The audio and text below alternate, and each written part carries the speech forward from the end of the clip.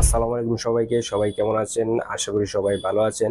আমি আজকে আপনাদের সামনে নতুন আরেকটা টপিক নিয়ে এসেছি। নতুন টপিকটা হচ্ছে যে আনস্পোকেন ল্যাঙ্গুয়েজ।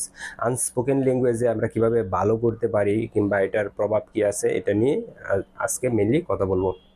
সো চলুন একটা ইন্ট্রো থেকে ঘুরে আসা যাক। আমি প্রথমে একটা ইন্ট্রো দিচ্ছি। আশা করি জানাবেন সবাই কেমন হয়েছে।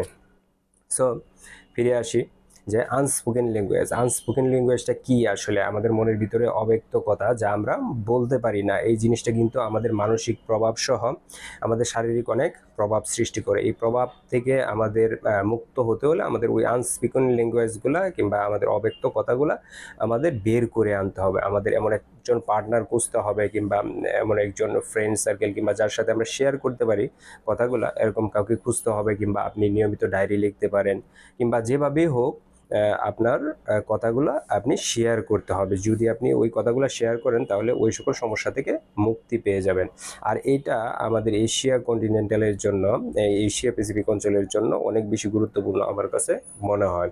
কারণ আমরা ধীরে ধীরে যে অবস্থার মধ্যে দিয়ে যাচ্ছি, এই অবস্থায় অনেক আনস্পোকেন কথা, অনেক না বলা কথা থেকে যায়। এই কথাগুলো আমরা অবশ্যই যে কারোর সাথে যদি শেয়ার করতে পারি তাহলে এটা অনেক অনেক ভালো হয়। তাহলে মানসিক প্রেশার সহ অনেক ধরনের সমস্যা থেকে আমরা মুক্তি পেতে পারি।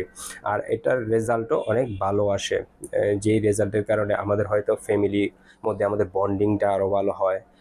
এমনকি আমাদের যে পার্টনার আছে, আমাদের ফ্রেন্ড সার্কেল আছে, ওদের মধ্যে বন্ডিংটা ভালো হয়, আমাদের মধ্যে ট্রু ফিলিংসের সৃষ্টি হয়। সো এই জিনিসটা অনেক ইম্পর্টেন্ট। আশা করি আপনারা এই জিনিসটার উপরে কাজ করবেন। সো এই টপিকটা আপনাদের কাছে কেমন লেগেছে? নতুন একটা আইডিয়া নিয়ে আসলাম। সো আশা করি সবাই জানাবেন। আর আমার পেজকে, আমার চ্যানেলকে সাবস্ক্রাইব দিয়ে রাখবেন, ফলো করে রাখবেন। আশা করি নতুন কিছু আইডিয়া আপনারা পেয়ে যাবেন। Thank you. আসসালামু আলাইকুম।